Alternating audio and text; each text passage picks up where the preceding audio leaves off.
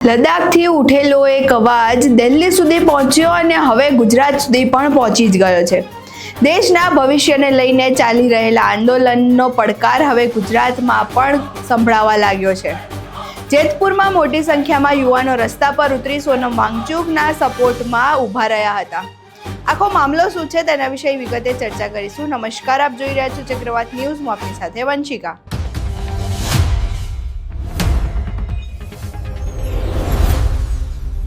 રાજકોટ જિલ્લાના જેતપુર શહેરમાં યુવાનોએ સોનમ વાંગચુકના સમર્થનમાં શાંતિપૂર્ણ પ્રદર્શન કર્યું હતું। પ્રદર્શન દરમિયાન યુવાનો હાથમાં આઈ સપોર્ટ સોનમ વાંગચુકના બોર્ડ લઈને રસ્તા પર ઉતર્યા હતા અને સોનમ વાંગચુકના આંદોલનને પોતાનું સમર્થન જાહેર કર્યું હતું। પ્રદર્શનકારીઓનું કહેવું હતું કે આ લડાઈ આવનારી પેઢીના ભવિષ્ય સાથે જોડાયેલો મુદ્દો છે અને જે સોનમ વાંગચુક કરી રહ્યા છે તે આપણા બાળકોના ભવિષ્ય માટે જ કરી રહ્યા છે। અહીં પહેલા તે યુવાનોને સાંભળીએ। જય ભીમ, જય સંવિધાન।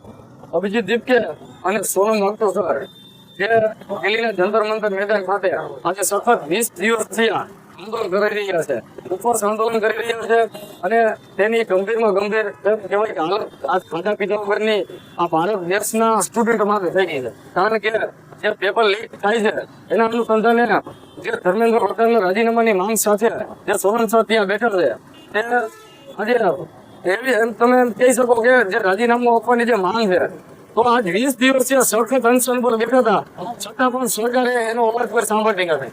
અને આ 20 તારીખે આજે 19 તારીખ છે, કાલ 20 તારીખે જ્યારે એને જંતર મંતર મેદાનેથી દિલ્હી જવાનું હતું, દિલ્હીથી સાંસદ જવાનું હતું, બરોબર, જ્યાં ધર્મ પ્રદર્શન કરવા, પણ એ માંગ જેવી ઉઠી એ પ્રમાણે સીધા જ આવી અને પોલીસ વાળા ડોક્ટરની ભેસમાં આવી અને ચાદરો ભેગી લઈને આવ્યા અને સોનમ સરને આડી ક્રોસિંગ કરી અને એને જગ્યાથી ઉપાડીને વયા ગયા। પોલીસ છે કે લૂંટેરા છે કે ડાકુ છે કે ખબર પડતી નથી। એટલે એના અનુસંધાને એના સપોર્ટમાં અમે જેતપુર શહેર તાલુકાના જે યુવાનો સ્ટુડન્ટ મિત્રો બધા ભેગા મળી અને અમે જેતપુરની અંદર એક વિરોધ પ્રદર્શન કરીને સરકારને કહેવા માંગે છે કે તમારી તાનાશાહી હવે એમ કહેવાય કે ભારત દેશમાં નહીં આવે, એ આ બધું બંધ કરવા વિનંતી છે। જય ભીમ, જય લોકતંત્ર, જય સંવિધાન।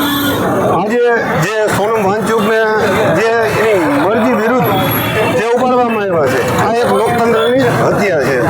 આપણે જો ભૂતકાળમાં જોઈએ તો અંગ્રેજ સરકાર હતી જ્યારે ગાંધી બાપુ આપણે એમ કહેવાય કે અનશન કરતા તો પણ અંગ્રેજ સરકાર એટલી તાનાશાહી હતી તો પણ એની પાસે જઈને એની યારે વાત કરતા હતા।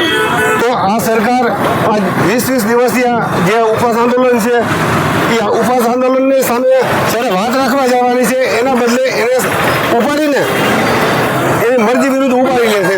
ભૂતકાળમાં જોઈએ તો જે અસુરો હતા, અસુરો પણ તપ કરતા તો ભગવાન એને અસુરોને પણ એક વરદાન આપતા એમ। તો આ સરકાર એટલી નીકળવી છે કે જે વાત કરવા પણ એ તૈયાર નથી।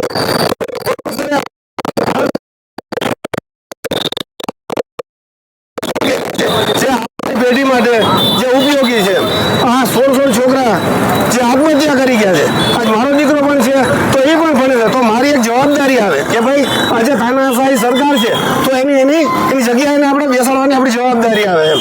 તો આ વિરોધ સોનમ સરના સપોર્ટમાં છે અને આજે આપણી નિકમની સરકાર છે, જે તાનાશાહી સરકાર છે એની વિરુદ્ધ અમે આ પ્રોટેસ્ટ કરી છે કે ભાઈ સોનમ સરને પાછા જે એની જેની વાત છે માની લેવામાં આવે અને એનું અનશન તોડાવે। જય ભીમ, જય સંવિધાન।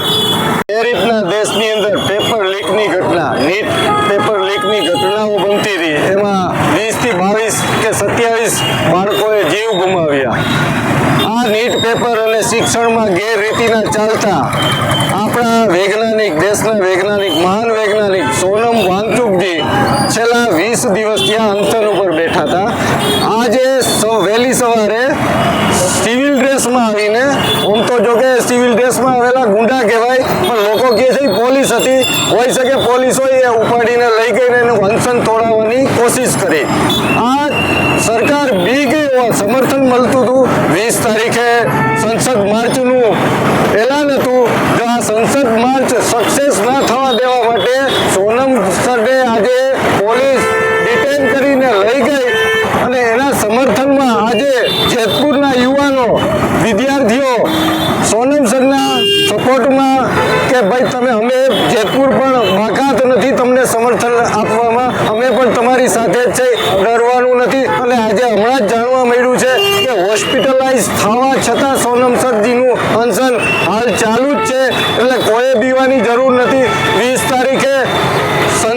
માર્ચ જરૂર થશે અને સહયોગ પૂરા દેશમાંથી મળવાનો છે અને મળી રહ્યો છે. જય હિન્દ, જય ભીમ, જય લોકતંત્ર, જય સંવિધાન. આજે જે સોનમ વાંગચુકને જે એની મરજી વિરુદ્ધ જે ઉપાડવામાં આવ્યા છે, આ એક લોકતંત્રની હત્યા છે. આપણે જો ભૂતકાળમાં જોઈએ તો અંગ્રેજ સરકાર હતી, જ્યારે ગાંધી બાપુ આપણે એમ કહેવાય કે અનશન કરતા, તો પણ અંગ્રેજ સરકાર એટલી તાનાશાહી હતી તો પણ એની પાસે જઈને એની હારે વાત કરતા હતા. તો આ સરકાર આ 20 દિવસીય જે ઉપવાસ આંદોલન છે, એ ઉપવાસ આંદોલનની સામે જ્યારે વાત રાખવા જવાની છે, એના બદલે એને ઉપાડીને એની મરજી વિરુદ્ધ ઉપાડી લે છે. ભૂતકાળમાં જોઈએ તો જે અસુરો હતા, અસુરો પણ તપ કરતા તો ભગવાન એને અસુરોને પણ એક વરદાન આપતા એમ. તો આ સરકાર એટલી નિકલની છે કે જે વાત કરવા પણ એ પેઢી માટે જે ઉપયોગી છે.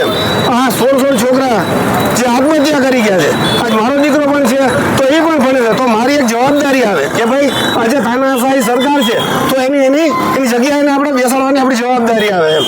તો આ વિરોધ સોનમ સરના સપોર્ટમાં છે અને આજે આપણી નિકમની સરકાર છે, જે તાનાશાહી સરકાર છે, એની વિરુદ્ધ અમે આ પ્રોટેસ્ટ કરીએ છીએ કે ભાઈ સોનમ સરને પાછા જે એની જેની વાત છે એ માની લેવામાં આવે અને એનું અનશન તોડાવે. જય ભીમ, જય સંવિધાન. અહીં તમે યુવાનોને સાંભળ્યા. હવે જેતપુરમાં થયેલા આ પ્રદર્શનથી સ્પષ્ટ થાય છે કે સોનમ વાંગચુકના સમર્થનમાં હવે દેશના વિવિધ ભાગોમાંથી લોકો અવાજ ઉઠાવી રહ્યા છે. હવે જોવાનું એ રહેશે કે આ માંગ અને આંદોલનને લઈને સરકાર તરફથી શું પ્રતિસાદ મળે છે. જો કે અત્યાર સુધી તો સરકારે કોઈ પણ પ્રતિક્રિયા આપી નથી અને બળજબરીપૂર્વક તેમને ગઈકાલે ત્યાં જંતર મંતર જે તેમનું પ્રોટેસ્ટ ચાલી રહ્યું હતું ત્યાંથી હોસ્પિટલ ખસેડવામાં આવ્યા હતા. આ મુદ્દે હવે સરકાર શું પગલાં ભરે છે તે પણ જોવું રહ્યું. અહીં તમે આખી ઘટના સાંભળી. આ ઘટનાને લઈને તમારા શું મંતવ્ય છે અમને કમેન્ટ બોક્સમાં જરૂરથી જણાવજો. અમારો વિડીયો પસંદ આવ્યો હોય તો વિડીયોને લાઇક કરો, શેર કરો અને અમારી ચેનલને સબસ્ક્રાઇબ કરવાનું ભૂલશો નહીં. જેતપુરથી સંતોષ સોલંકીનો અહેવાલ. નમસ્કાર.